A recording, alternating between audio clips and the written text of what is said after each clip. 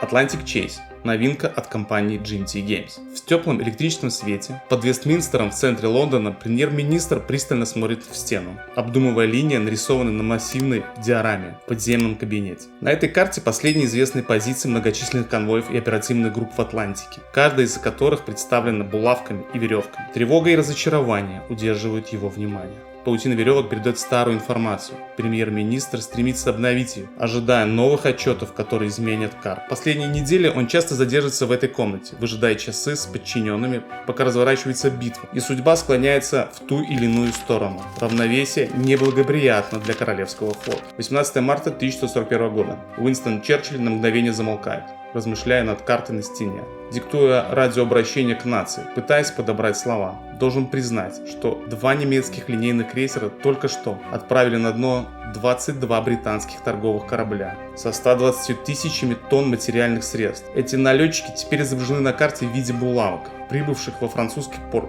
для следующей кампании, для соединения сил с другим кораблем, могучим Бисмарком. Черчилль боится этого корабля больше всех остальных и боится того дня, когда увидит изображенным на карте перед собой. Премьер-министр делает еще одну затяжку сигары и прочищает горло легким покашливанием, побуждая секретаря навести пальцы на пишущую машинку. После очередной затяжки продолжает. Мы должны рассматривать битву за Атлантику как одну из самых знаменательных битв за всю историю войны. Именно с этих строк начинается книга правил лучшей игры 2021 года, на мой взгляд.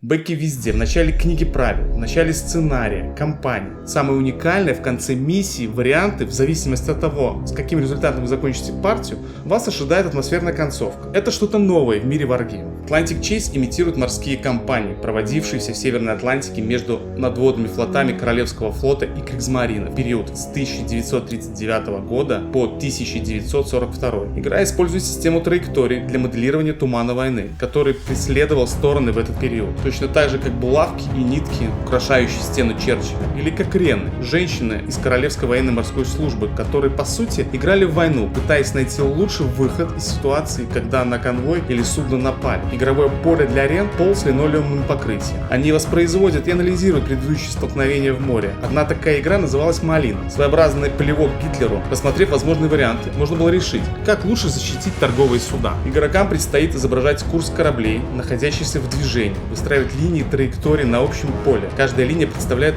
движение целевой группы. Задача немецкого игрока — разорвать связь Британии с заморскими колониями и союзниками. Все зависит от судьбы конвоев. В конечном счете, успех или неудача атлантической погони будет зависеть от способности Кригсмарины прорваться в Атлантику, чтобы найти конвои, в то же время срывая попытки британцев поймать рейдеров.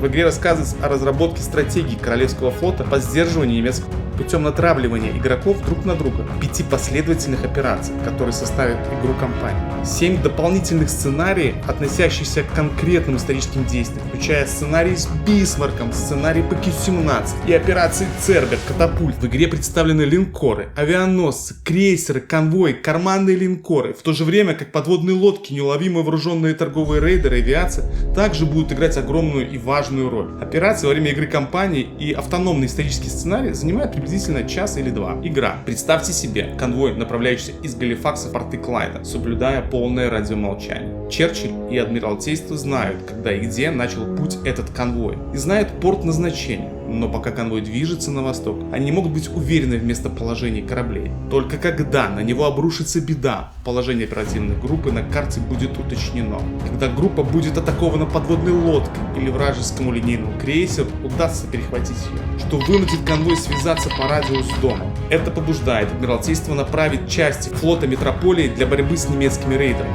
Охотник теперь стал добычей, поскольку немецкие линейные крейсера стремятся ускользнуть от флота Метрополии и вернуться в порт, или, возможно, вернуться и продолжить свое неистовство. В этой игре любой игрок может перейти в наступление, каждый должен взвесить преимущество агрессивных действий против риска потери драгоценных активов. Каждая целевая группа на карте операции представлена либо точкой, либо линией. В качестве точки местоположение целевой группы известно, но в виде линии это не полная информация. Местоположение группы расположено где-то между каждым концом линии, и игроки не знают, где это место и где эта точка. Как линию, оперативную группу труднее привести к сражению. Линия, называемая в игре траекторией, указывает вероятный курс. Корабли отображаются на дисплее оперативной группы, и предполагается, что они находятся где-то между двумя концами траектории. Чтобы привести эти корабли в порт или бой, траектория должна быть сокращена до точки. В коробке тебя ждет 10 обучающих сценариев, 15 соло-сценариев, 9 оперативных сценариев, 12 мини-сценариев и кампания, разбитая на этапы. После знакомства с правилами посредством гениального учебника, позволяющего усвоить каждое правило в виде полноценного соло-сценария с исторической составляющей. Кстати, о историчности. Здесь все на высоком уровне, есть небольшие недочеты, но все в угоду игрового процесса. Игра напоминает энциклопедию. Отыграв коробку о битве за Атлантику, вы будете знать все. Недавно Wargamer из США написал комментарий на мой пост в Фейсбуке. Передо мной лежит Atlantic Chase. За последние 3 недели я сыграл больше вторжений в Норвегию, чем за последние 3 десятка лет.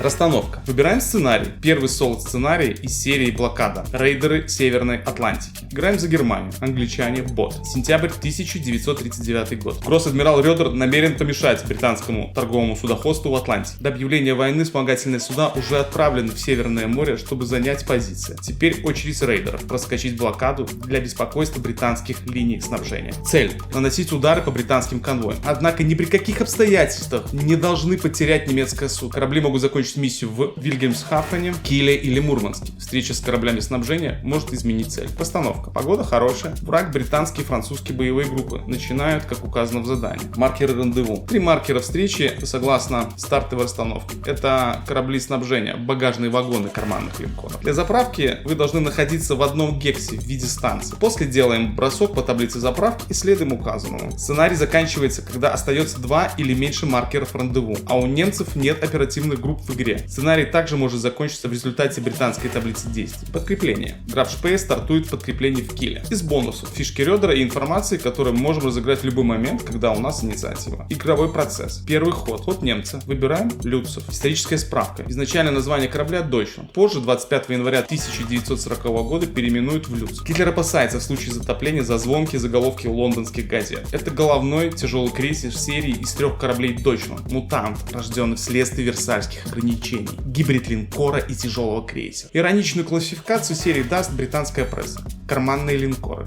Приживется. Было 3. Deutschland, он же Люцев, адмирал Шейер и адмирал граф Шпее. Буду называть Люцев Deutschland. Так правильно. На выбор стартовая позиция в любом смежном гексе с тайлом рандеву, который символизирует корабль снабжения. Вестервальд. Выбираем историческую. Deutschland начал боевой путь чуть южнее Гренландии. 24 сентября 1939 года поступает приказ о начале боевых действий. Флот Германии вышел из портов еще до начала войны, в 20-х числах августа. Понимая, что первое действие Британии – блокада немецкого флота. Поэтому Кригсмарине приходится прятаться более месяца на просторах Атлантики. И должен заметить, они делают это успешно. Первый ход. Deutschland получает приказ о начале военных действий с соблюдением правил морской войны. Командир Веннекер отдает команду следовать на юг, на большую дорогу Нью-Йорк-Англия. Нептун благоволит. На горизонте показывается английский пароход Стоунгейт, следующий по маршруту Галифакс-Ливерпуль. Предупредительный залп и 2-часовая гонка, судно остановилось. Соблюдая правила призовой войны, команду спускаем в шлюпки, снабдив провиантом и навигационными приборами. Капитана поднимаем на борт Тевтона. Пароход затопили. За время погони британец несколько раз передает сигнал тревоги, который в Бресте перехватывают французы и наспех отправляют эскадру на поимку пиратов. Линкоры Страсбург, Дюнкерк и крейсер Манкольм выдвигаются в предполагаемый квадрат. Теперь Deutschland дичь, и на недавнего охотника уже ведется охота. Мгновение, и германскому судну навязан бой. На карте специальное поле для морских сражений. Боевку проводим по продвинутым правилам. Базовые кинь-двинь в сравнении. В попытке избежать боя немец показывает корму, но убежать сложно. Страсбург и Дюнкерк создавались для борьбы с карманными линкорами. Французским инженерам и судостроителям удалось сделать линкоры быстрыми. Убежать шансов немного. Одновременный залп 3 кораблей по убегающим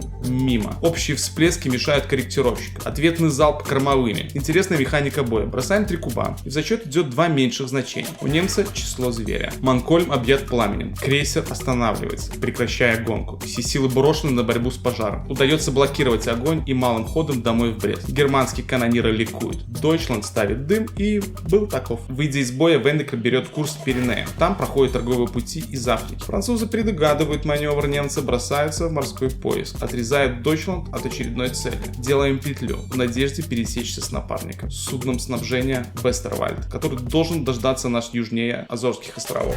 Тем временем допуская роковую ошибку. В первом ходу, увлекшись погоней за британским пароходом, совсем упуская из вида Видера, вспомогательный крейсер. Так их называли в Третьем Рейхе. Это транспортные суда, переделанные в боевые. Тактика этих кораблей сильно разнилась от боевых сородичей. Проигрывая в скорости, броне, мощи обычным боевым кораблям, этим всегда приходилось менять облик. Выйдя под флагом шведского судна, можно было плавать, пока оригинальный корабль не выходил в море. Тогда меняли и названия, и флаги. Под видом нейтрала подходили к транспортным судам и атаковали, что привело Хельмута фон Руктшеля, одним из двух командиров кораблей, на скамьи подсудимых за военные преступления. В нашем же случае будем считать, что Хельмуту повезло, и он не проведет остаток жизни в тюрьме, строча ходатайство о смене меры наказания на высшую. Бот решил провести авиаатаку, а станция, хоть и в порту Вильгельмсхафена, уж больно приоритетная цель. Эскадрилья РАФ провела налет, Люфтваффе бесит. Видер лег на дно, прямо на стоянке. Хоть немцы, пора выводить подкрепление. Легенда битвы за Атлантику. Адмирал Граф Шпее, самый совершенный немецкий тяжелый крейсер серии Deutschland. Прокладываем маршрут к Северную Атлантику, навстречу не менее легендарному кораблю снабжения, верному напарнику Альтмарку, который еще в августе 1939 года, наполнив трюмы топливом для Графа, выдвинулся из порта Артура, штат Техас, на встречу с хозяином. Успешно проскакиваем Северное море. Ход британцев. Новость о выходе Графа заставляет выслать на перехват не кого-нибудь, а саму грозу морей. Сам линкор Худ вышел из Капа Флоу и бросился в погоню. Худ быстро сблизился с немецким тяжелым крейсером, но Нептун снова за Германию. Погода меняется. В это время в Северной Атлантике неспокойно. Ганс Вильгельм Лангсдорф, капитан первого ранга, командир линейного крейсера адмирал Граф Шпее, должен принять сложное решение: сменить точку встречи с Альфой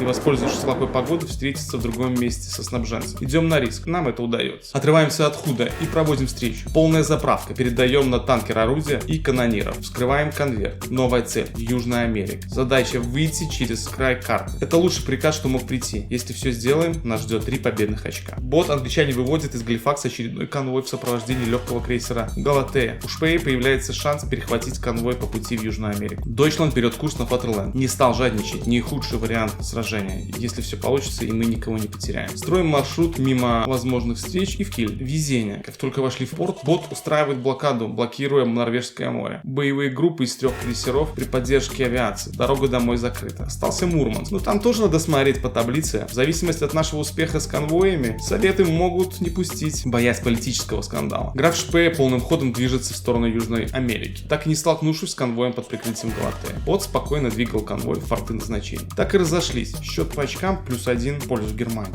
Рёдер готовится с докладом Гитлеру. Победа над конвоем — так себе успех. Жди выговора от Гитлера. Успешный прорыв адмирала Графа Шпея в Южную Атлантику обнадеживает. Но мы-то знаем, чем это все закончится. Кстати, в коробке есть возможность разыграть мини-сценарий «Битва у Ла-Платы». И даже есть альтернативный сценарий на тему «А что если?». Можно попробовать прорваться из бухты Монтевидео, но это уже совсем другая история.